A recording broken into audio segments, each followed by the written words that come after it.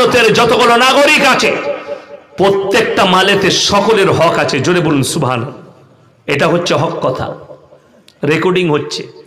আমি রেসপেক্ট করি প্রধানমন্ত্রীকে, আল্লাহর কসম ভয় খাই তো আল্লাহকে খাই। পশ্চিম বাংলার বুকে যতগুলো সম্পদ আছে সরকারের, এগুলো একটাও সরকারের বাপের নয়। সরকারকে আমরা গঠন করেছি ভোট দিয়ে। প্রত্যেকটা মাল কওমের মাল। যারা লুটে খাবে তারা ফেরে পড়বে, জেনে রেখে দিবেন, সে যেই হোক, কওমের মাল। ওই জন্যে আন্দোলনের নামে কিছু মানুষ সরকারের মালকে অপচয় করে, রেল ভেঙে দেয়, আপনার রেল লাইন ভাঙে, বাস ভাঙচুর করে, সরকারের সম্পদ ভাঙচুর করে। এদের উপরে কঠোর হওয়া দরকার সরকার। তুমি আন্দোলন করো, বড় কষ্ট লাগে। রেল লাইনটা ভাঙা খুব সহজ, স্টেশনটা ভাঙা সহজ। যদি ভাঙতে হয়, যারা ক্রাপশন করেছে সেই মন্ত্রীর ঘন্টা ভেঙে গুড়িয়ে দাও, শ্রীলঙ্কার মতো সেই মন্ত্রীর গালিগুলোকে জ্বালিয়ে দাও। যারা ক্রাপশন করেছে, যারা কওমের মালকে লুটেছে, তার বাড়িকে ভাঙচুর করে দাও। সরকারের মালকে লয়, সরকারের মালটা হচ্ছে সরকারের বাপের লয়, ওটা কওমের মাল, গোটা ভারতের নাগরিকের মাল। ওইটাকে যারা নষ্ট করবে, আল্লাহর কসম আল্লাহ হিসেব নিবে তাদের কাছে, যেহেতু এটা তোমার বাপের একা মাল নয় যে তুমি নষ্ট করবে। রেলটা মোদিজির বাপের নয়, রাজ্য সরকারের মমতার বাপের নয় কোন মালটা। তিনাকে ভোট দিয়ে আমরা মুখ্যমন্ত্রী করেছি, তিনি রাজ্য চালাচ্ছেন, আমাদের নেত্রী, কিন্তু তার বাপের সম্পদ নয় রাজ্যর মালগুলো, এগুলো কওমের মাল।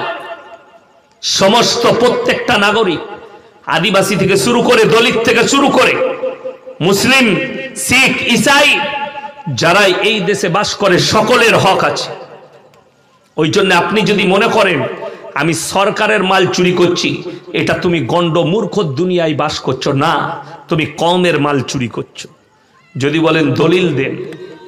হযরতে ওমর ফারুক রাদিয়াল্লাহু তাআলা আনহু বাইতুল মাল থেকে বেতন পান, সারা মাস সংসার চলে, কিছু মাল বেড়ে গেছে, স্ত্রী বলছে ওগো ওমর আমাদের সংসার চলে, কিছু মাল বেড়ে গেছে, সামনের মাসে কাজে লাগবে।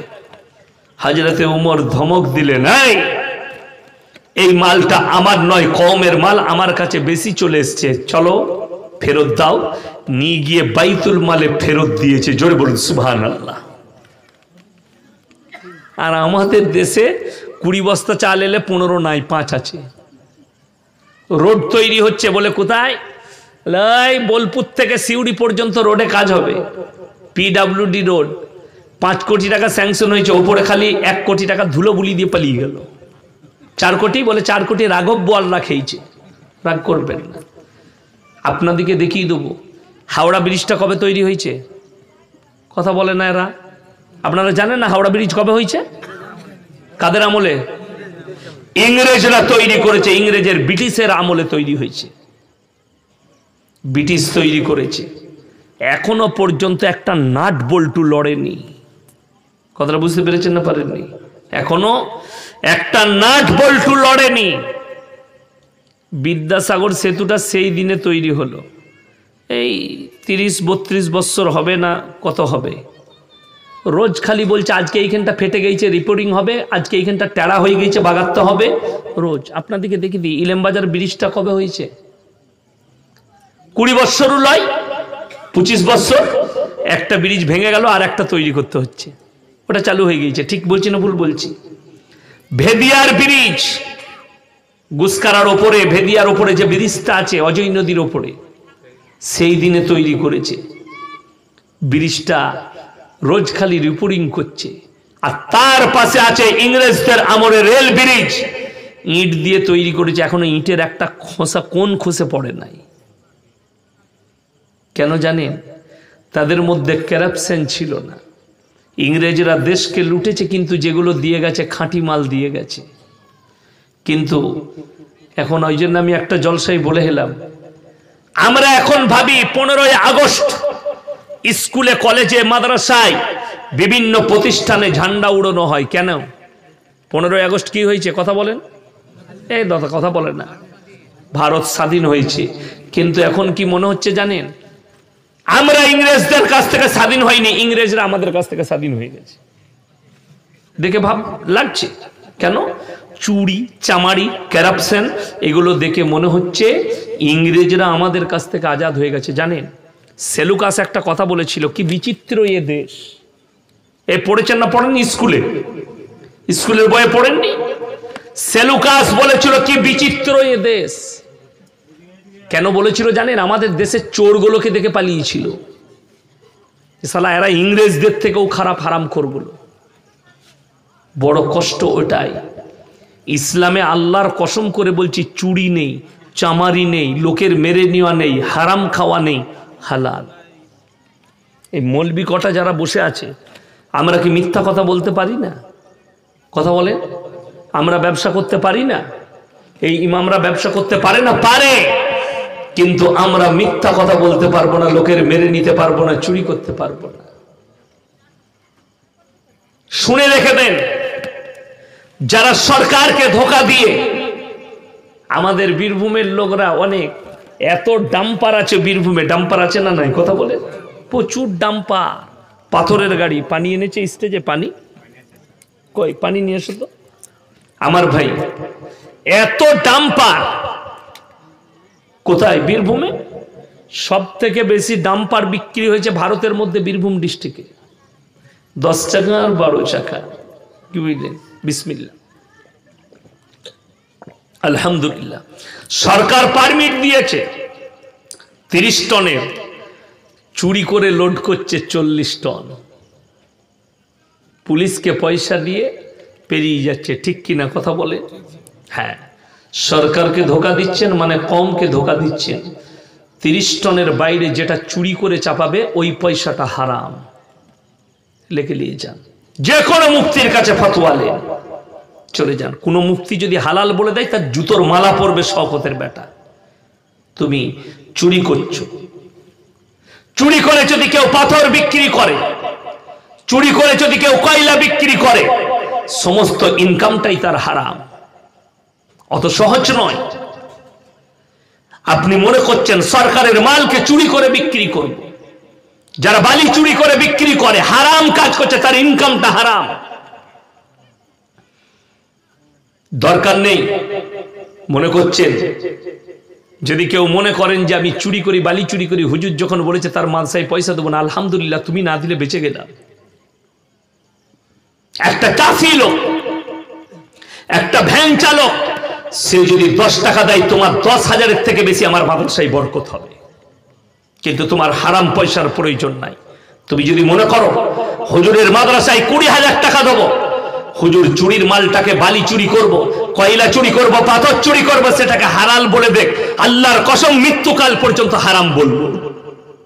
কখনো তোমার সাই দিতে পারবো না, দিও না। তোমার পয়সা দিনের জন্য কাজে লাগবে না। আজকে তো পরিবর্তন ওটাই হয়েছে। কেউ চুরি করে যদি মসজিদে 1 লাখ টাকা দেয়, তখন তাকে চেয়ার ছেড়ে দেয়, তার জন্য নাস্তা রেডি হয়, তার জন্য চা আসে। আর একটা মানুষ মাথার ঘাম ফেলে হালাল পয়সা মসজিদে 500 টাকা দিলে তার নামটাও জিজ্ঞেস করে না।